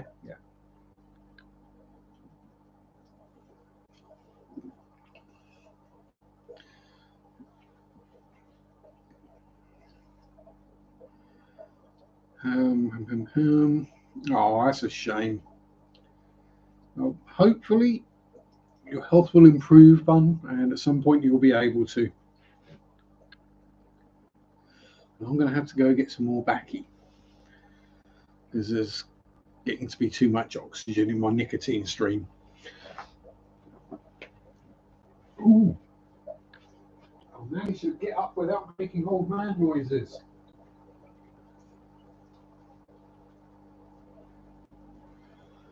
And it's nearly dark again.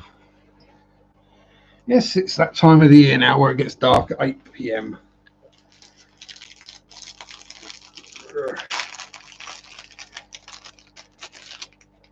And for the non-Brits, this is how all of our tobacco and cigarettes come.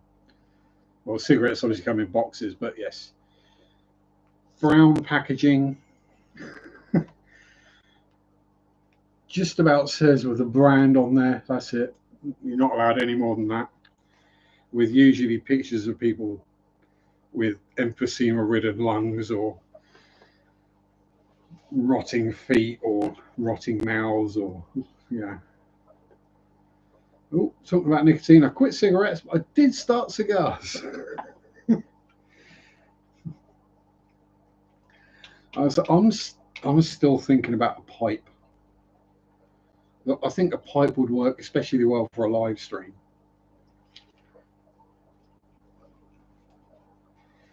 I think that's what I'm going to have to do. I'm going to have to get a pipe at some point. Here we go. Sharpe Pipe Fund. Oh, actually, while we're at it, Sam, if you're still around, have you got any links you'd like to put up for Drew's Fishy Kids or anyone else? Pipe to smoke at home and cigars on the road. Yeah, so pipe at home does make sense. Because you can have a few puffs as needed, then put it down and let it go out, and you're not losing any backy because they will go up very quickly. Much like hand rolled, they go out on their own accord. But yes, I think me sitting here with a pipe gun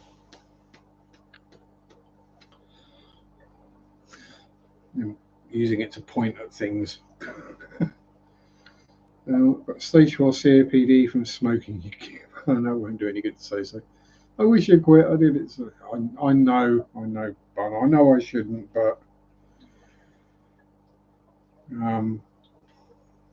yeah, I have no excuses. I enjoy it. I don't have many, if any, other vices really. So, and it's part of the reason why I'm doing the cycling as well. Is it does help clear my lungs a bit. So, yeah, gets me using them to actually intake oxygen rather than smoke from once in a while. But yeah, so I've been smoking for about 34 years. I'm just going to donate my lungs to May Gurney when I die, so they can use them to fill a hole in a road somewhere. Well, they'll be mostly tar by then, I'd have thought. So just add some mac, and sorted. Fill a hole.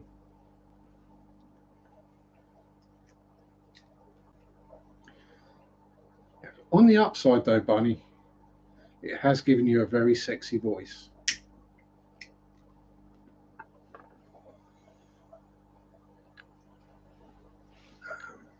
Yeah, it's one of those things that I basically when I die, you know, nobody's going to want any of my organs. They're probably going to be like, no, we're not implanting those in anyone. And so, if scientists want to cut my body up and figure out how the hell I lived as long as I did, or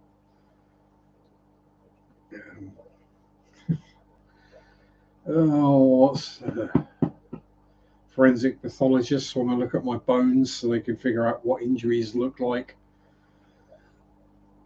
And so when they get other corpuscles in the future, they can go, oh, can cigarettes affect your voice? Just a little, Ricky.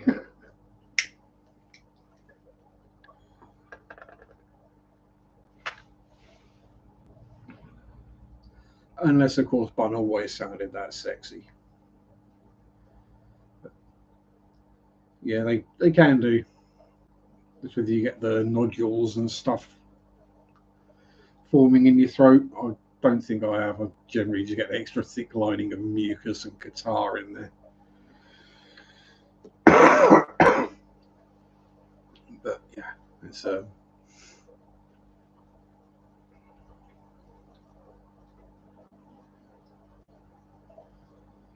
it could well be.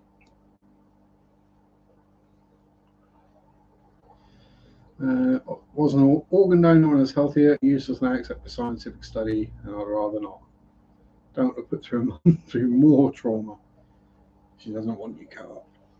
Yeah, I mean, I completely understand that one. I mean, there's a whole thing going on at the moment about opt in or opt out, whether you should be automatically opted into the organ donor list or whether you should have to opt out of the organ donor list if you don't want it.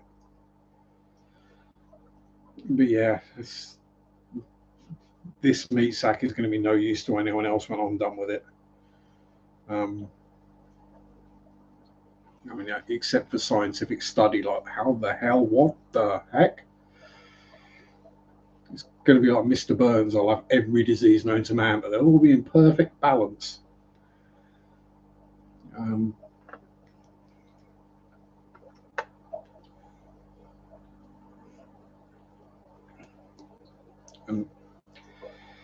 as an emergency room or accident and emergency doctors in the UK refer to motorcycle riders when it rains, organ donors. Again, because as I like back to learning to ride a bike, the amount of people who are adults and don't know how to ride a bike. I mean, a lot of motorcyclists come at it as middle-aged men with no prior experience, and things go awry, especially in the wet when there's diesel on the road and they're not used to looking for it.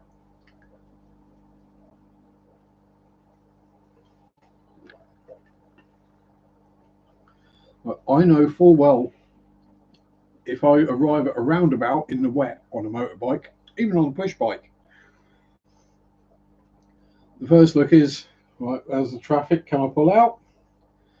And once I can, I'm not looking at I'm looking at the road surface to see where that paraffin or petrol-like sheen is, and I'm avoiding those patches or taking extra care over them because I know they're going to be like ice.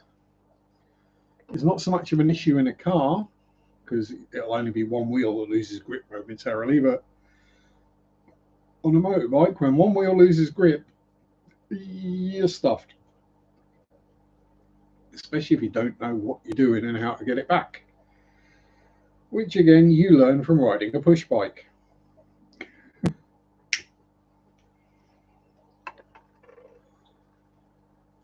Same things apply, it's just bigger and heavier. The physics are all the same.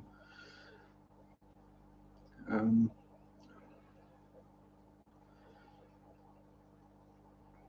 so I do keep meaning to sort of try and cut back on smoking, and I do smoke a lot more when I'm doing live streams for some reason. It's something to do with my hands, so I don't start scratching my nuts, I think. But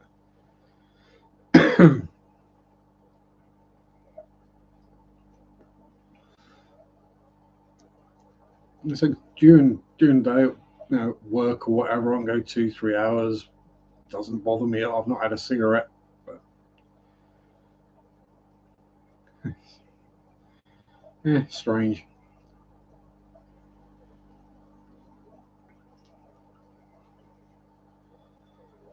What are you up to, Shelley Dwellies? Is there any particular reason you're all playing silly buggers right now? Is it something weather related, do you reckon? Yes? I've got a funny feeling it is.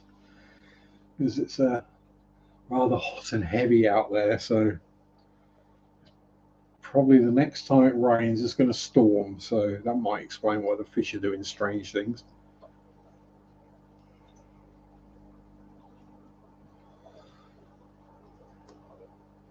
But yeah, that's definitely overstocked. Definitely next time we go to the fishy shop we shall have to take some shellies with us. I'm sure they won't say no to half a dozen, maybe 10. Depends how much time I got on that Sunday morning to catch them.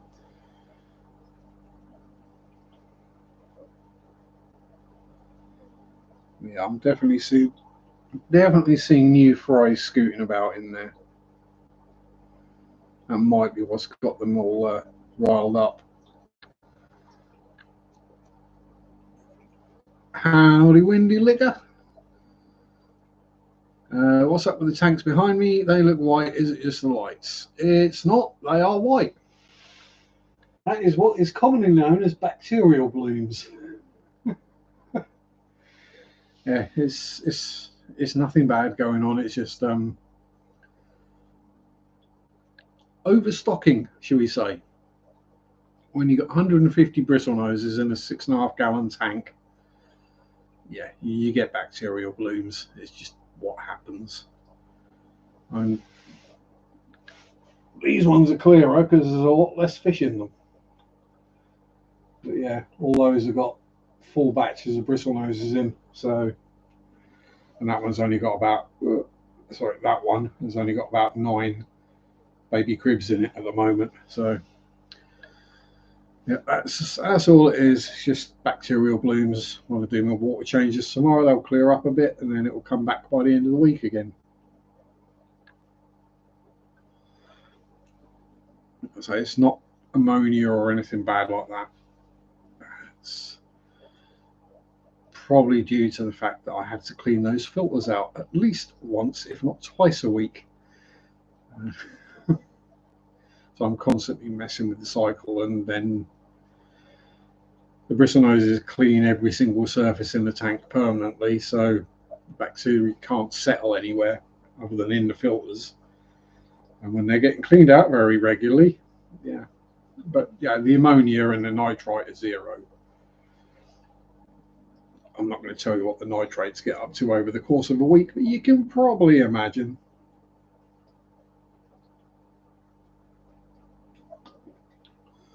But yeah, it's overstocking problems. And I've got another 2 batches of bristlenose fry now that I'm going to have to find homes for.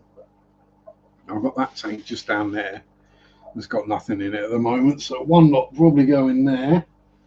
They can be in there another month, so a month or so. So we ain't got to worry too much yet.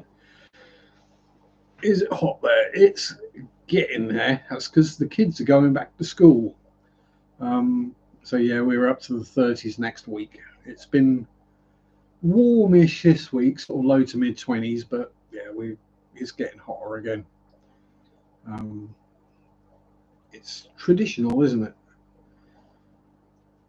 Yeah, The last week or two of the summer holidays, the weather normally turns quite pants, and the kids all go back to school, and it gets hot and sunny again, which is a bugger because I'd rather it be very pants, to be honest. I'd much rather go for the ride I'm going for this week when it was 10 degrees cooler and a bit rainy than 30 degrees and bright sunny and 80% humidity. I will take lots of water with me. Quite a lot of it in the actual form of water, not energy drinks or Coke. But yes, 50 miles in 30 degrees is going to be interesting. Might need to wring myself out when I get home. Or literally get home and just go straight up the stairs and into the bathroom and throw my clothes in the bin. Got a funny feeling, yeah, I might just get home, sit in the bath, and just sit there eating ready salted crisps. Just to build the salt levels back up. I've got some recovery drinks to drink from when I get home as well, so I'll take one with me, just so I don't completely run out of things. But yeah, it has been fairly decent weather recently, for me anyway. Sort of overcast and rainy. Battleship or chess? Ooh. Good question. We used to play chess quite a bit when I was younger. I've not played it for donkey's years. I still remember how all the bits move, but when it comes to strategies and stuff, I've no idea. So I'll probably go for Battleship. I tend to be fairly good at guessing things, as long as someone doesn't cheat. I've played Battleship against people who cheated, and yeah, it doesn't work.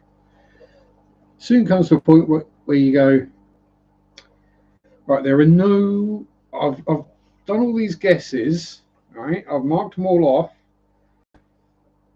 There are none that are 4 long. Where exactly is your battleship? You'll never find it. Yeah, because you're cheating. That's why. The battleships are 4, cruisers are 3, destroyers are 2, isn't it? Chess you can't really cheat at. Although you do get to go en passant. Advanced Mission 1 is pretty dope. So I generally don't play much in the way of games at all. Either board or computer games anymore. Board games because I live on my own and I don't really have anyone to play them with. And most of the people I know I probably wouldn't want to play board games with. And computer games, again, going back to like hobbies and stuff, I did that super hardcore for several years. Yeah, gamer score chasing. And yeah, I just kind of, I don't want to say saying grew out of it. It's just, again, you've played that game dozens of times, and say you put 1,000 hours into Battlefield 3, and then Battlefield 4 comes out, or Battlefield 2 in my case, probably. And then Battlefield 3 comes out, and you go, oh, it's the same game, just with slightly prettier graphics, which means there's even more stuff going on screen, so you can actually see less of what's happening. Something like football games like FIFA, every year it's just slightly prettier, slightly better animated. Evening, Bob. How are you, sir? Hope all is well with you and your furry and scaly friends.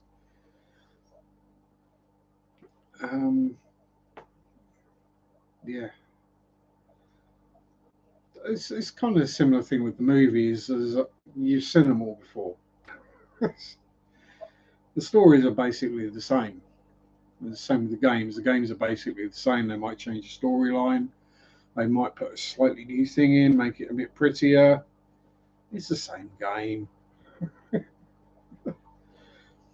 And when most of them are even using the same engine to run on, back when everything ran the Unreal Engine, basically it's all the same game. It's just with a different skin on it. Am I doing any models these days? Not at the moment, Bob. Not for a while. Maybe when the weather turns real pants and I'm not really wanting to go out on the bike anymore, I might get back up in the cave and do a bit of modelling. There's a couple up there, one that's nearly finished and one that's built and just needs painting, but I'll start something new because that's always the way. Probably just bin the ones I've nearly finished, which will annoy people because one of them's a limited edition. Actually, one of these days I might get around to doing that extremely limited edition T-34 Russian medium tank from World War II. I've got a very limited edition one of those that's going for silly money on eBay. One of those where you can buy the base kit, you can buy the upgrade kit. Howdy, MNC, how you doing? Thank you very much. So you can buy the base kit, you can buy the upgrade kit and the other various other bits that aren't in the upgrade kit. And you'll get change out of £100. Or you can buy the version with it all in the same box and you won't get much change out of 300. So yeah, that's probably gone up even more because it's been sat in my cave for about a decade now, I think. Ready, just sitting there asking to be built. But yes, might be something I'll get back to in the winter, but we'll see. I've got to clear some space out so I can actually get in there first. But anywho, my times are up. If you're looking for someone to visit afterwards, not on YouTube, but Tom Ackrell is it Freshwater Fish Keeping? Yeah, Freshwater Fish Keeping on Facebook is having a live stream from 8 o'clock now. So you can go over there, just say Sharpe sent you if you do. Or there might be some other fishy family type person who is streaming. I'm not entirely sure. But you can check Fish Fam link and that will tell you if someone else is streaming. But anyway, thank you to everyone who showed up and for listening to my inane waffle for another couple of hours again. It's always an amazement to me that people do actually do that. Have a good week. As I say, there will be some fishy content coming with the rescapey thing doing. There will be bikey content as well, providing I survive it. So yeah, there we go. Have a good week. Stay safe. Have fun. Peace out. Enjoy your hobbies. Rock on. Bye-bye. Mondays suck do do do do do. Mondays suck do do do do do. Mondays suck do do do do do do do do. Not this week do do do do do. 'Cause I'm off do do do do do.